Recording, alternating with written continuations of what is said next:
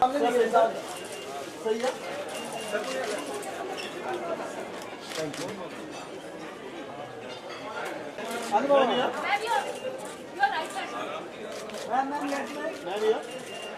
मैं भी straight thank you ऊपर आ रहा हूं अरे सर आ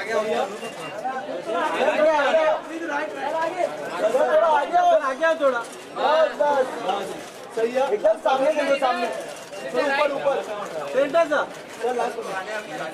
वेट सर नहीं हुआ सही है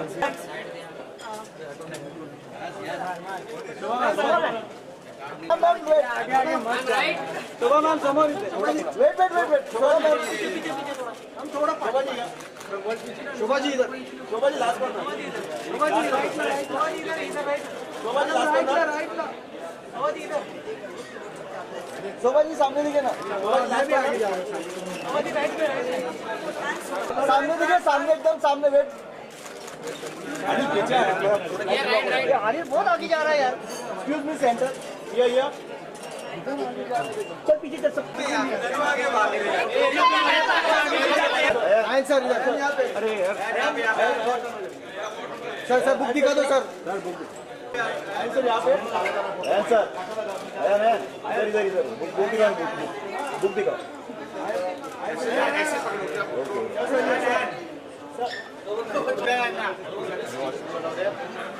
My years as a writer somehow came together at that moment because there's so much trust that is invested in someone who's given that responsibility. And I like to believe that I have handpicked winners, like Karan has handpicked winners.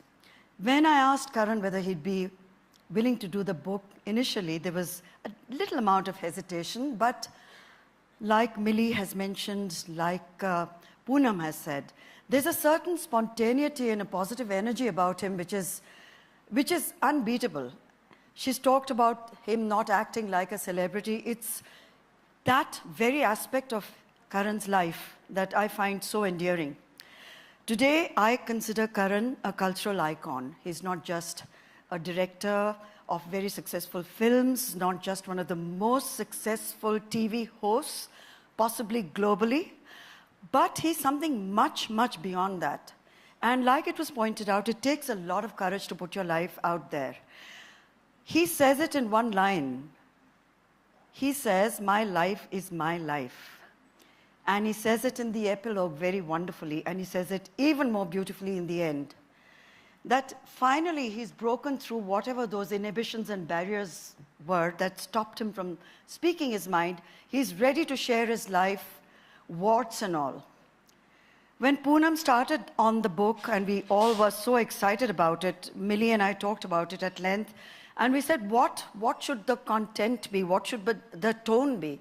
At the end of the day, that is your prerogative, Karan. That is every writer who puts himself out there, every person's prerogative, what they wish to share and what they don't wish to share. When I wrote my memoir when I turned 50, which was 20 years ago, I called it Selective Memory. And people said, "Oh, so you're going to be selecting your memories." I said, "Yes, I am. It's up to me. What I want to put out there in the public domain is entirely my call, and only I can make it." But Karan has gone well beyond that, and he has written a book that is remarkably candid and remarkably courageous, because he has shared his vulnerabilities and moments from his life, his personal life, which honestly, I was reading and rereading the chapters as I came driving to the venue. And I felt there are 3 chapters which for me were sort of encapsulated what he's all about. One was the chapter dedicated to his father, his feelings about what happened in that hospital. Post that, when he came home, his mother, who plays a fantastic role in the book, and of course the Shah Rukh Khan chapter, also written with so much love and at the same time so much truth. There's no attempt to say, "Oh, it's been one fantastic journey with no ups and downs." He talks about things not always working out between 2 people who love each other dearly. He talks about love in the most amazing manner. But behind all of it, what will come through is how each one of us is really quite lonely, and how to cope with that loneliness, and how not to let it get you down, but how it can actually be translated into a positive force in your life, which can lead you to create movies or music or books or poetry or paintings. It's the loneliness that starts the book, and it's loneliness which actually ends the book. But in between, there is just so much wonderfulness that anybody who picks up the book will respond to it first as a reader who gets completely drawn, pulled into another life. And that, to me, is the hallmark of a good memoir. If you cannot connect, if you cannot drown in that other person's life, if you cannot rejoice in that person's high points, and you don't cry at least 3 times during the narrative, the book is somehow incomplete, and somehow it leaves you feeling, has he really shared everything, or you're aching to know more? I am looking for a sequel, Karan, and tonight I can just say it. You can write it 5 years from now. I'll still be around. You'll still be around, and your readers will still be around. And I hope, like Poonam said and Millie said, these are books that need to be told. These are books that need to be written. These are our young heroes and great inspirations and icons of modern India. When they narrate their stories, and they do it without filters, and they do it with such style and panache, and at the same time with so much humanity, that book travels. That book travels not just for the next year. It's going to travel, Karan, for your entire life. And there'll be people who'll come up to you and say, I read it when I was at this age, and it made such a deep impression on me, because it has a lot of messages in there without it being a message book. And I'm so proud of it, and I'm so proud that we had the chance to work together. With that, I believe we're going to be in conversation. Are we not, Millie? Thank you, Millie. Thank you, Poonam. Thank you, Team Penguin. Thank you, Shah Rukh. Thank you all. It's a book that I hope, and I'm looking at someone sitting right there who I want to write the next book. She's still shying away from addressing it, but I know I'm going to get it out of her. She says she's too young to write it.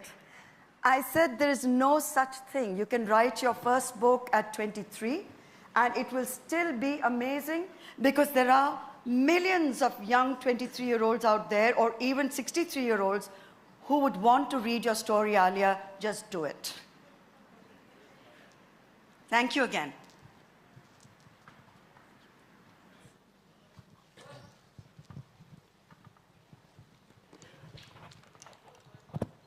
So, Karan, let's get the easy stuff out of the way right now. The easiest part of the book, right?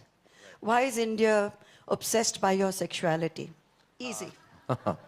Well, that's for some reason, as I said, the word conjecture is a word I use very often on my talk show. Well, that is because when people don't have final answers, they tend to kind of, browse around the topic always. And so have I. And but in the book, I've said what I felt the need to, and I've said it in a way that I felt I needed to express it. And there's really nothing more to say. So I think that every answer anyone's looking for is in the book. You know, there are several moments in that book where you talk about people confronting you at airports, at parties, and saying the most gross things, the most insensitive things, and you come back to them is sassy, but also a little sad. Why should anyone have to explain any aspect of their lives at all, or defend it? I think people sometimes, when you're in the celebrity zone, I think people tend to sometimes just not know what to say. Like, I feel like when they encounter you, they either tend to overcompensate and say exceptionally polite things, or they'll say the most inappropriate things to you. I think anyone who's been in the celebrity space will tell you that you'll have people come and say the most overfamiliar things to you at times.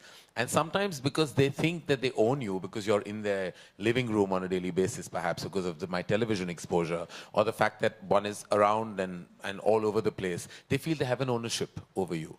And sometimes that allows them to kind of cross the boundary of decency. And they'll say things that are inappropriate. And you'll have to stand there. Sometimes you can give a response back, which sometimes goes over their head, because it's not a straight-line answer. And sometimes you use sarcasm, which also sometimes doesn't get a response. Sometimes all you do is just, you know, like Shah Rukh told me the other day, that now when people say things, he just nods. Because there's nothing else to say. Sometimes you just nod because people say the most bizarre things, and sometimes it's members of the fraternity, sometimes it's members of the media within the fraternity, sometimes it's random strangers at an airport, and you have to just deal with it. There's nothing you can do. You can't. At least I'm not the guy who's going to start getting into a fight, because I don't think I'll have the ability to handle it if I was at the receiving end. So I just let it pass.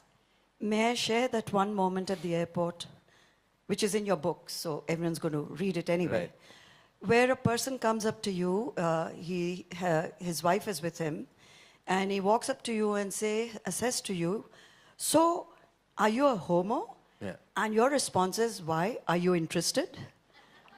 And I thought that was just fabulous. That's, you know, the aplomb and the tight slap that probably the man warranted. Well, it was it was what came out, literally it just came out very, because I thought it was an exceptionally inappropriate thing. And the wife was clicking a photograph of mine while he was asking me this question. And he asked me, patting me on my back. It wasn't just a car. It was an overfamiliar pat, as if I had, like we had dinner last night, and he decided to ask me this question early in the morning.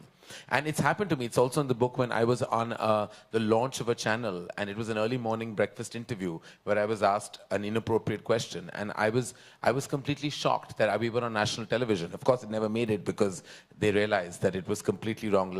Fortunately, it wasn't a live telecast. But sometimes you just wonder whether people just don't have the sensitivity or the decency, or to sometimes use language to ask a question that may not come across inappropriate. There are various ways. I'm a member of the media myself. I host a talk show. And I know sometimes when you want to kind of ask something, you can circumvent it with words and vocabulary. You don't suddenly just go out there and ask in the pretense of being completely candid, or then irreverent, or perhaps overfamiliar. But you know, the surprising part of the book, towards the end of the book, when you talk about maybe going on to dating sites, I found that fascinating, that you went on to an elite dating site and a date was set up for you in Tokyo. And you said, why should I go to Tokyo to meet someone? How did you get onto these dating sites? I mean, that's why? a story in itself. Yeah. Sometimes you have to kind of scratch the surface to find, what's not immediately available.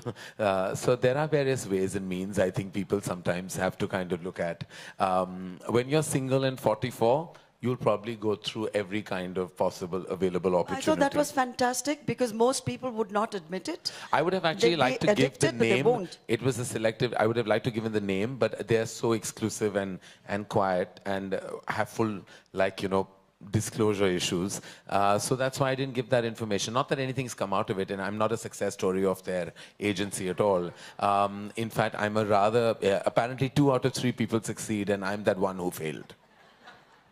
You've also talked about 3.5 failed relationships. 1 true love, and I think 3.5 failed relationships. You've spoken about it with a great deal of some amount of regret, but compassion, empathy about why they didn't work out. Well, they were not any relationships. They were mostly unrequited love situations, which is great fodder for a filmmaker, not so great for a personal life. I suppose that comes from your sense of indulgence and over-expectation. Sometimes you tend to expect from quarters that you know won't deliver, and that invariably happens when, and that's what I call indulgence, is like if I had a pragmatic approach to love, which is not possible with me, I would possibly have been in a long-standing relationship, but I've always desired what I know I can't have. You also talked about divorce being the new marriage. And throughout the book, there is a kind of a strand which keeps going back to infidelity. And it's like almost a semi-obsessive aspect of your creative process to to deconstruct everybody's marriages and to see who's cheating, who's lying, who's living a lie. Because truly, in my experience, I think there's much ado about fidelity and infidelity. I think sometimes true emotion and relationships can go beyond those. And being a single bystander, you tend to be so close to so many relationships and marriages. And in my experience, and I say this, and I don't have any kind of, with all kinds of moral policing on my statement, I'm sure, but I don't think infidelity is a deal breaker. I don't believe It's not a deal breaker. No, I don't think so. And I feel like people, it's very individualistic. It's as per each one's life. And I feel like I'm not judgmental about it at all. And I'm not sure if I'm capable of complete fidelity, even if I was deeply in love. But in your film, when you're talking about the process where you were going to shoot the scene, very interesting conversation that you had with Shah Rukh, when all of you had second thoughts whether to go all the way and show Rani and him in bed or suggest that they've actually had sex, where you were advised against it, and even Shah Rukh was not sure whether it should have that scene or it should be like the Meryl Streep scene where it ends without them actually doing it. I was in a zone of abandon at that time. You know, I was like, I felt I had wings. I wanted to fly as a filmmaker. But when I look back, I feel like I remember very clearly, and I've said it, that when the scene was going on, I was watching it at a preview, and there was a very traditional couple watching it. And the moment Shah Rukh and Rani check into the hotel in Kabhi Alvida, the lady turned to her husband and he said, "Don't worry, dream sequence hai." And because they imagined that this is not possible. You know, in a Karan Johar film, it's not possible that this would actually transpire. At the moment they realized it was not a dream sequence, 5 minutes later they were out of their cinema halls. So I realized that, you know, sometimes topics like this are brushed under the carpet in our society. We don't like to watch what is startling and truthful on celluloid. We like to watch virtue and morality, say the right messaging. The moment you make viewing uncomfortable, the moment you say things that hit you hard, those are the films that bother you the most, and you have extreme reactions. Kabhi Alvida had extreme reactions. I had people come and say, I hated it. The only reason you can hate it if it's the truth of your home. And it's the truth of your marriage. You can't hate that film otherwise. Or had people say, it's uncomfortable to see this film with my spouse. Because what do you say after? Oh, I loved the film. What did you love about it? You know, if I hated it, then why did you hate it so much? You know, so it's basically, it was more a commentary. So the film did so much, and someone told me that it did so much better in the West because there's a culture of watching film alone. So there are men who went alone and women who went alone. But in India, we go as a couple or as a family, and it's an uncomfortable watch sometimes. I think that's changing. I see a lot of movies on my own in a theater, and I enjoy it thoroughly. I think I see a lot of other ladies also coming and watching movies. It's changing. Thank God. There's a wonderful chapter on Shah Rukh where the first time you meet him and you go with a certain baggage because you're awestruck, you expect to meet a big star and you're completely disarmed because he's so normal, he's warm, he's caring, he's very respectful towards your father. They have a relationship completely independent of... I mean, it was... I remember the day so clearly etched in my head, like it's like it happened yesterday. I grew up with movie stars that were stalwarts, that were luminaries, that we literally looked up to, like Mr. Bachchan. You know, when he walked into the room, there was a sense of like, you know, like glory. Someone magnificent has walked in. So there was this stardom that I had realized, being a producer's son, stars were always put on a pedestal. We were always the poorer parties. We were the ones that had to kind of succumb to their stardom, look up to their, full of awe, because they were the ones who made the movies happen. So I grew up feeling movie stars were like unapproachable entities. I had then lost track with the generation because I was in my college days, and I was touching base with my father's side of the business much later when he took me to meet Shah Rukh to sign him for Duplicate. And I had never met somebody who was a young movie star, who was so loved at that time, and everyone wanted him in their movies, who was this animated, this conversational, this, what do I say, just this real person. So I was in shock. And the fact that he respected my father so much, the fact that he showed that respect meant the world to me, because up to that point, I felt like my father had not had the best run at the movies, you know, even with certain people and relationships. And when I saw Shah Rukh give him that love, I think I fell in love with Shah Rukh at that moment, because I saw the love he gave my father, and that to me meant the world. Nothing else mattered. There's a lovely insight also when you talk about your father. I think that was beautiful, where you said that despite him achieving success by the time you started working together, in his head he was still like a production person. So it was his instinct to carry the bags of stars or open car doors for them. And which my mother went horse yeah, trying to tell him, yeah. Yash, you're a producer. You're not a production manager. You can't, you shouldn't be doing these things. But it's But it wonderful was that you his share instinct. it. It was his instinct. He couldn't help it. He just couldn't, like, whatever. And it was like, and I, of course, was born like I was a movie star in my head. Even though I had nothing, in my head, I was always royalty. For some reason, I don't know where, my mother always said, I don't know where you came from. Because, you know, didn't have their value system. And I was always somebody who lived beyond my means. It was because I was pampered by my father. It was, he allowed me to believe that. He really, when I was 150 kilos fat, thought I had 5 kilos of puppy weight that I should lose. He thought I was the most gorgeous looking son. Could have been a film hero, knowing very well I knew my personality would not allow me to be a lead in a Hindi film at all. But he thought he could have launched me. When we were talking about my first film, he said, "Tu thoda patla ho ja, tu kar sakta hai hero ka kaam." And I was like, at that point, I was like, how do I get love and balance it with delusion? Because, you know, my mother secretly, I think, always knew that I was not meant for certain things. But my father just loved me unabashedly.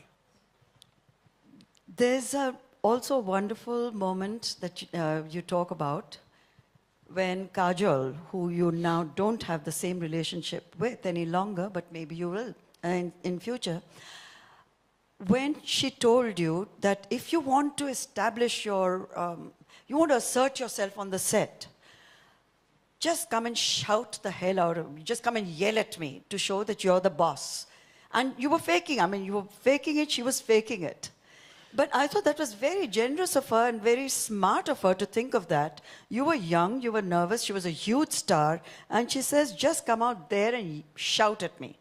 Yeah, and it's true. It's what happened. It's what's in the book, as are many other things. Kajal, I think enough has been said about recently, especially when excerpts of the book have been out. So I don't want to say any more about the fact that we have great history. And I want to remember just the history that we've shared. This is a moment in that history of nearly 25 years of a friendship. And yeah, sometimes chapters end, books end, relationships end. But yet, you talk about when you hugged Shah Rukh at Deepika's party, and suddenly, whatever tension there may have been, melted away. That one hug, there was so much love that was exchanged, and it was all eliminated. I think there was never, there are ups and downs in so many relationships, but with Shah Rukh, it's, there is deep love. There's no other way of communicating the respect and love that I have for him. And I believe that ours will be a dynamic, and ours will be a relationship, and ours will be a connect that will be forever. It's only because my love for him has only grown over the last 2 decades. My love for his family has been so constant and consistent. And the fact that I think that their home is like a home for me in this city means a lot to me and my mother. My love for him is beyond work. My love for him and his family is beyond what he and I do professionally. It really is now a soul connect. I think we were meant to meet in this world, and I think it's because of my father that we have this connect, and we could possibly have our down days and our humongously up days, but what we cannot ever forget is the unabashed love that will remain, and the respect, more importantly, that I think has not been diminished, no matter what. It has a lot to do with both of you being successful, very successful in your own right. You say that friendships in show business can only succeed if the two people involved are equally successful. Is there something like friendship at all in showbiz? I've made some very strong friendships. Everyone in this room today is from my industry. My relationships define me. We're low on family. We have very few relatives that we're really connected with, me and my mom. So most of my personal connections are my family, and they're my extended family. I've made the most amazing relationships. In fact, I say this to Gauri, that I think I'm one of the reasons but I made her love people in the movies. Because when she was initially, when she came in, she was so reluctant to meet people because everyone comes with baggage.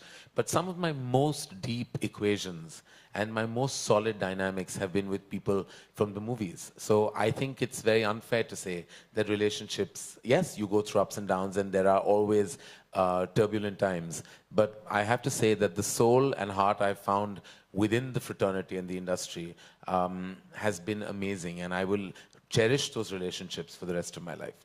They're all still there in my life. In fact, I'm a very constant person. People who've been in my life for over 2.5 decades are still there in a very strong space.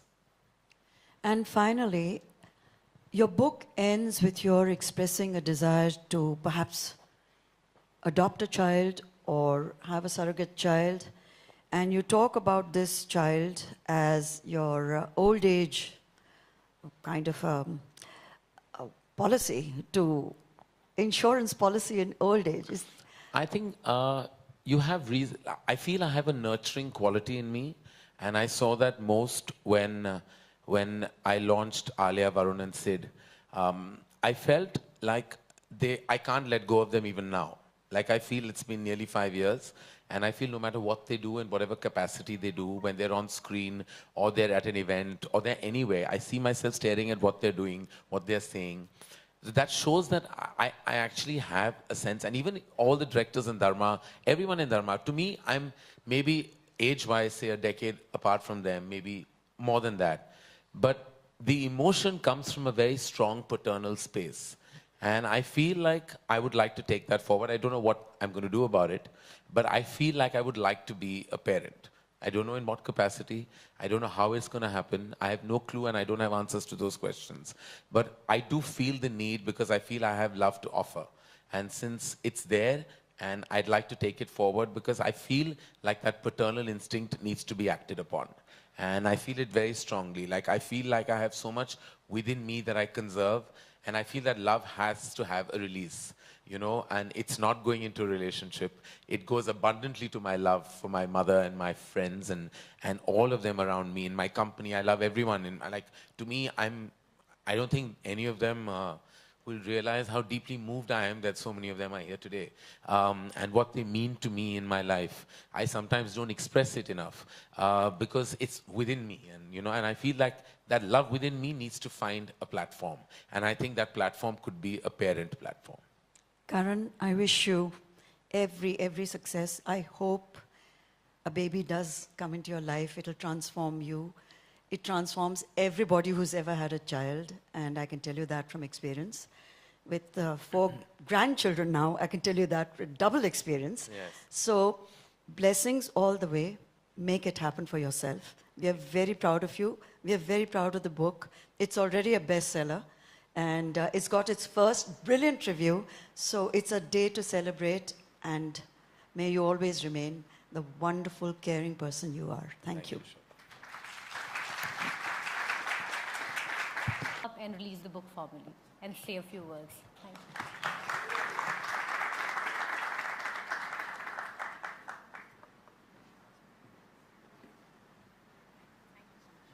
Do I say or do I leave? Please sit down. Please sit down. I'll just speak. No, he said sit down. But Pele will speak. Can you just, Should I speak first or? you want to speak first? Jezabul. Good evening, everyone. First of all, Mili Aishwarya, thank you for publishing the book. Shobha, for convincing Karan to write a book. And all his friends who are here, I'm sure, who have formulated his life, who have, done things in his life which comprise of the book that he's written. And Karan, it's a wonderful thing that you've done. I think yours is an extremely beautiful life. Yours is an extremely important life that people should read about. I don't know if people will learn or not, but it's important to know of your experiences. My only questioning part of this whole book is the title. I find that a little different. It could have been titled anything. It could have been titled, according to me, apart from the unsuitable boy, it could have been the good boy. Yeah, he's a good boy. If his father was here, he would vouch for it. his mother is here, she would vouch for it all the time. You know, there are very few boys who sit down with their mothers at night and discuss tele-shopping. He does that at 3 a.m. wherever he is in the middle of a party, but he'll come back and he'll say, Mom, मैंने सुना है वो tele-shopping network पर एक नई चीज़ आई है, let's sit down and buy it. That's a good boy. He's an intelligent boy. I think that's what the book could have been called. And intelligent not in terms of just general knowledge or Wikipedia stuff or the stuff we all read on Google, but he understands things, he understands people, he realizes situations. He walks into a room and he knows what's happening. And I find that extremely gifted. I think he has a gift from God that he can understand people and use it intelligently. And even with me, if I may say so, there are very few people who can keep up conversations with me because I'm such a genius. But really, I say that with humility and modesty. But he's been able to have conversations with me, the best conversations I've had in my life, late into nights in New York or here. Or sometimes when I'm just alone, I call Karan and say, let's just talk. He is perhaps one of the most intelligent conversationalists and speakers there is, at a personal level, at a professional level, or at any given level. And if he doesn't know it, he can wing it really, really well. I think he's a very sensitive boy. That's what the book could have been called. And it's a personal experience because I have the inability to express my feelings. I have oversensitivity issues. I am complexed and damaged. But I realize that the only person apart from my family now who can give me the space or figure out how I'm feeling has been only Karan. He can make out that Bhai is angry, Bhai is sad, can't say this to Bhai. And it's not just me. I've seen him being sensitive to everybody around, from the youngest of people, his team of Student of the Year, to the eldest of them all. And he can understand what is happening in your heart, what is happening in your soul. He's an extremely, extremely wonderfully gifted, sensitive person. The book could have been called The Brave Boy. And I say this with vehemence and conviction because Karan is different. He's extremely different. And not just in the unique sense. He's different. And it's difficult being different. Especially in our country, in the world we live in, the society that we have to face. He's just different. And to achieve what he has done, with the gusto that he's done this, with the aplomb that he's achieved this, is even beyond the greatest of achievements. Because to be different, and to do and be accepted, and to run wild and free in this world is a very, very special thing. I know him very personally. I haven't read the book. I don't know how much of the difference comes out in this book. But he is a different boy. He is a unique boy. And last but not least, when I say this, he's genuinely an extremely brave boy. And he's all of these put together. He makes a very special boy. To me, Karan Johar will always remain the most beautiful boy that I've ever seen in my life. And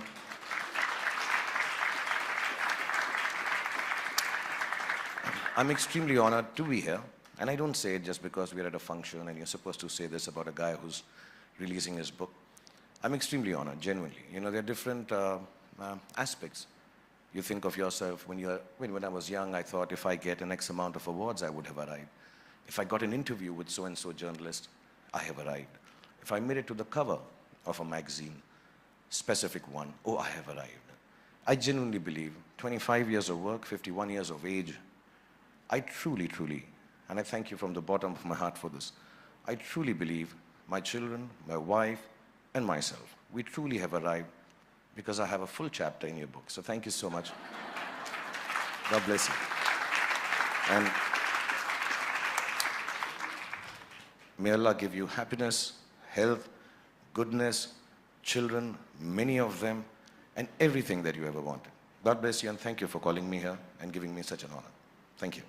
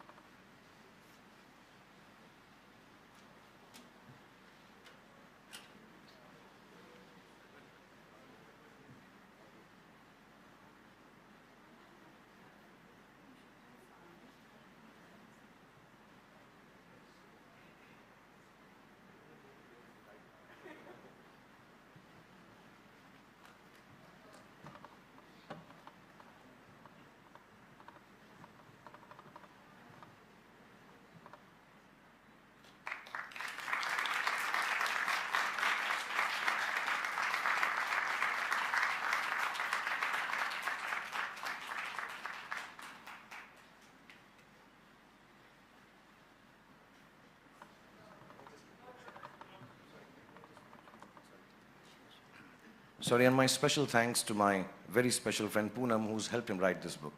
I understand with the paucity of time and running around that he must have given you. Thank you so much for convincing, all you ladies actually. Thank you, this is a very important book. God bless you all for making him do this. Thank you. With that, we come to the end of this evening, but we have a lot of books available here which you can buy and get signed by Karan.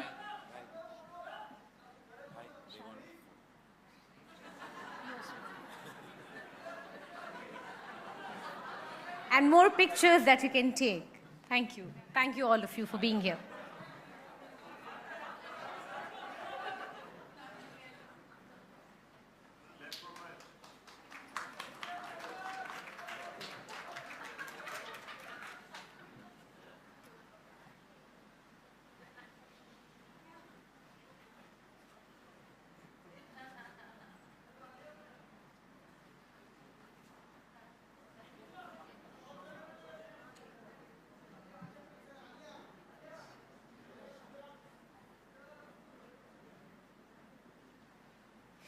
Thank you so much, Shah Rukh. Thank you, Karan.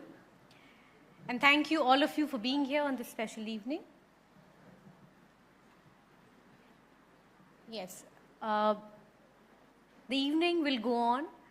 Karan is a beautiful boy. He's also a very nice boy. He'll sign copies, I think, for all the readers here who have come from far. And thank you again for being here. Thank you so much.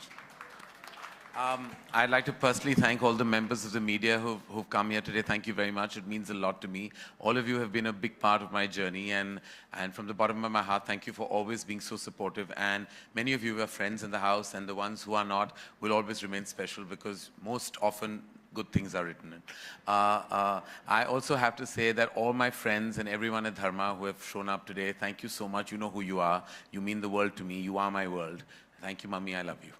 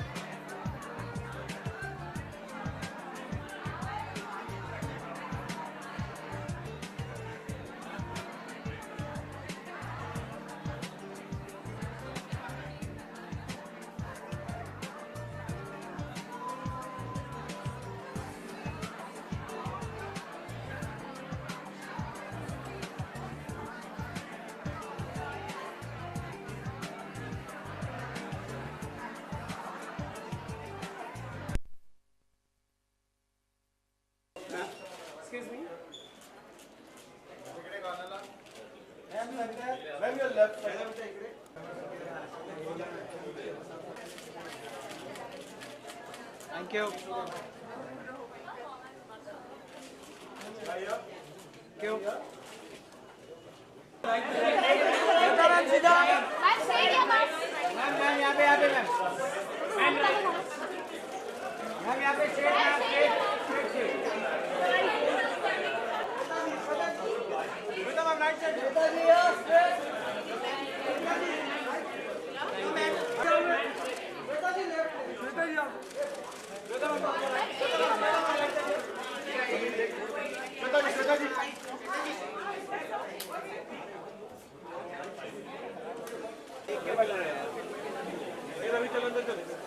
से निकला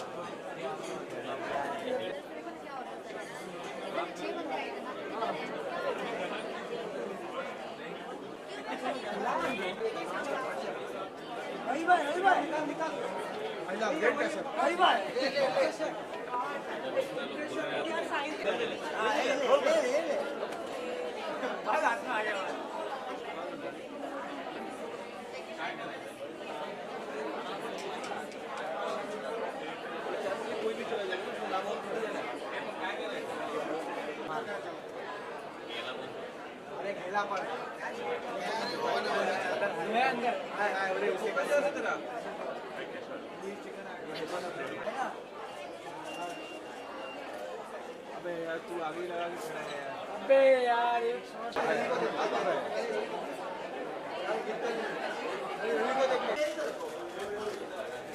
book के साथ